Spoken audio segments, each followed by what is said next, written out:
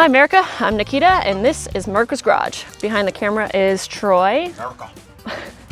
Today we are working on the 65. We're going to be doing some suspension upgrades. So we have new shocks, new springs, a new brake drum, and brake shoes.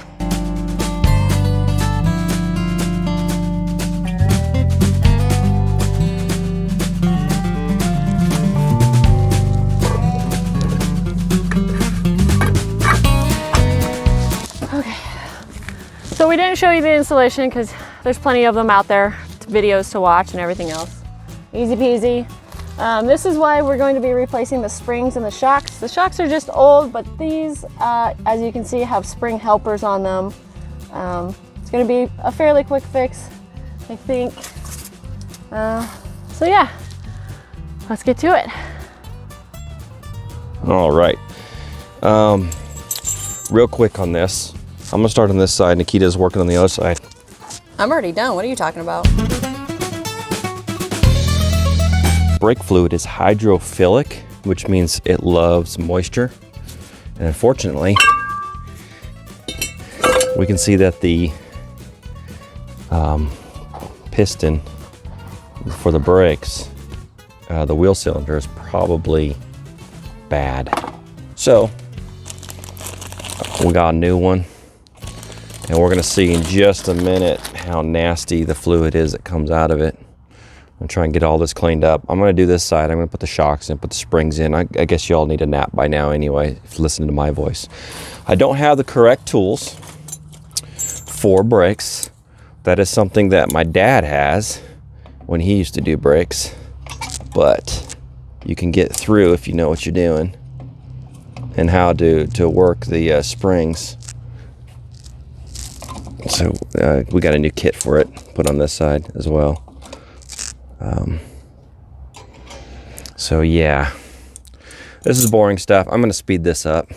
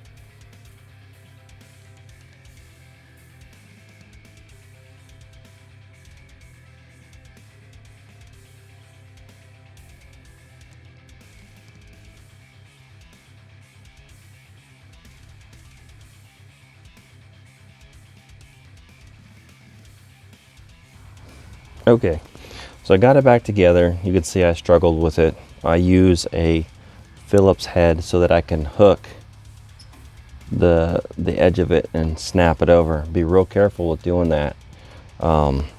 Again, there's a special tool for it. Basically, what it is, it's like a flat screwdriver with a notch cut in it so you can slide it over. But that's what those tools are for. Same thing with, there's a tool for these. It looks like a screwdriver with a round head. It pushes down, you can turn on it. You know, you saw me struggle with it a little bit there and fast forward. What you didn't see me do is I just put the adjuster in. I've already cleaned this thing up, and I put a product from Hot Shot Secret called FR3. I put it on the threads after I cleaned everything up, and I put it in there. It's anti-corrosion. It's gonna let this thing work. Now, one thing is I didn't put lubricant yet on the back side of the spots right here that you'll see on the other side of the plate. I'm gonna go ahead and do that off camera. Go ahead and put this back together and start on the springs and the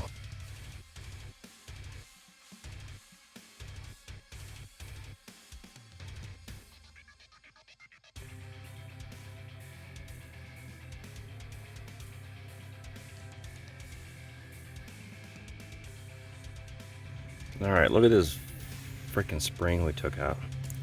3 helpers. No wonder it was sagging so bad on the right rear. Jeez. On the front, we have quite a bit more. We're doing upper control arms, new shocks, new springs. From Right Stuff, we are doing a 14-inch disc brake conversion, which is specific for the 14-inch wheels, which is what the 65 has. Every part that we are working with today was bought from Summit Racing. Give a shout out to them. So yeah, let's get it going. So one of the things that we had talked about here a few minutes ago was that this is a 14-inch wheel, which it is, and it's upside down right here, but it's 14-inch. So we took the disc, stuck it in on this wheel, took the caliper, put it on there, moves all the way around, does not contact the wheel anywhere on the inside for drag. Wow, whatever that was. So yeah, that was a concern because you buy this and you don't install it right away. Summit has always been great with the parts that we get. So I don't know what else to show you guys on that part. Again, it's not an issue. Obviously gravity right there, but it sits in there. It's not bolted in, but there is plenty of clearance in there. All right, so hopefully that helps making your decision if you were concerned about clearances for the caliper. Let me see if I can stick this in there and check it. Nope. I don't think I get the phone in there. So, pretty cool.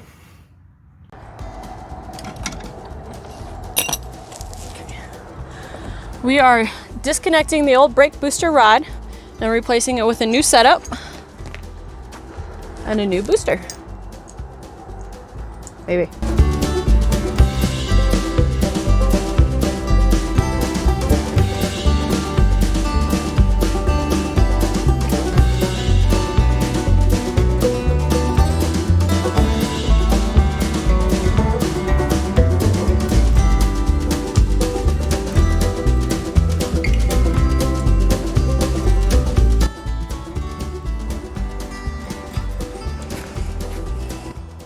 So here is our old pin that we took out of our old brake booster master cylinder that we will be replacing.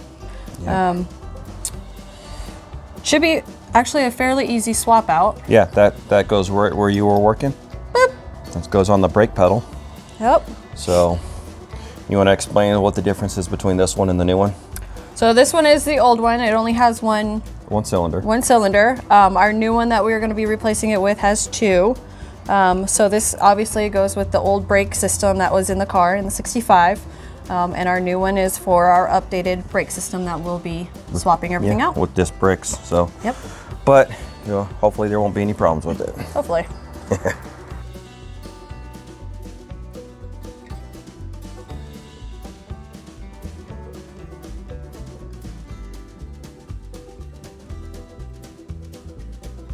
It's another day. So you saw Troy install our brake booster master cylinder on hyperlapse.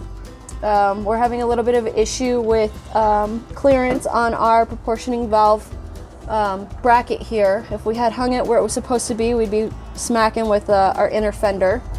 The other thing that we are having an issue with is coming up with a new brake line for this, so we'll probably end up having to make it ourselves.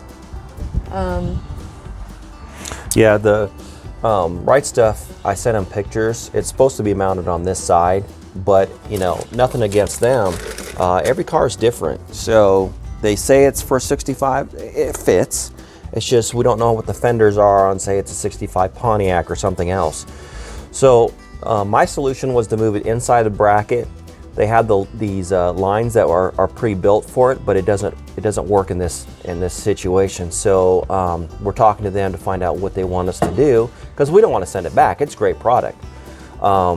So we ordered one of the lines to do the rear, because we're going to separate them now. So we have the proportioning valve, we got the rear, which are drum still, and the front are discs. So we're just going to, since it's another day, we're just going to push along and get the disc brakes and the upper control arms done on this car, and we'll figure out the lines here in a little bit. We'll just keep them covered so we don't have moisture issue. And we'll be, when we're bleeding this, right before we're done bleeding it, we're going to put the Hot Shot Secret, the FR3 in it, so that the moisture, it's a moisture repellent, I guess. I don't really know how. It'll keep corrosion and oxidation down to a minimum. But any breaks in the system, any breaks in the brake system, that's funny, will allow moisture to get in. But hopefully this will last another 50 some odd years. So, all right, so we're gonna change views here and start working on the front end.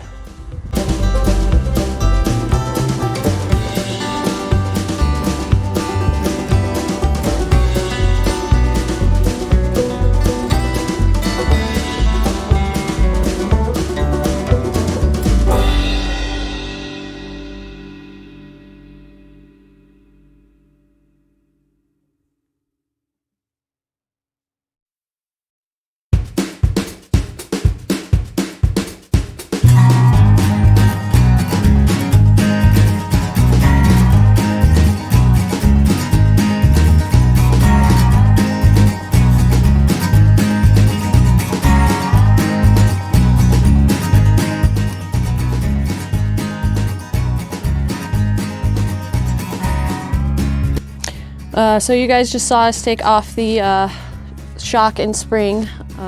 Nothing super exciting there. We're about to take off the upper control arm. Troy had to go fix his hair, so you know he's got to look beautiful for the camera.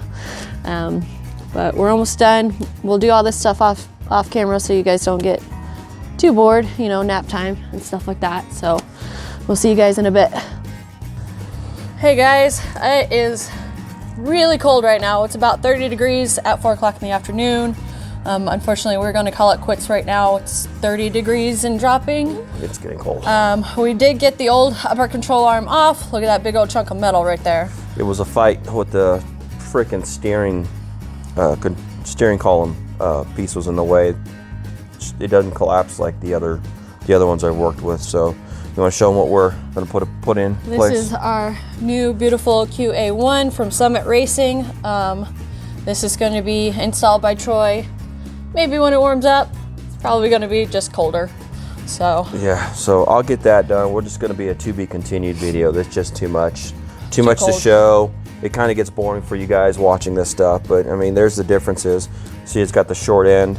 The geometry changes with the QA1. It's going to be a better handling. It's got flip it over. It's got a new ball joint. The QA1 product's pretty good. And then this thing it's had its time. It's done. Mm-hmm. About 50 years ago. I don't know. It is cold. We're done. We'll make the car look like it's sitting on a wheel, but we'll leave it on jack stands. And we'll see you on part 2. Hopefully when it gets a little bit warmer during the week, but it's predicted to be cold for the next couple days.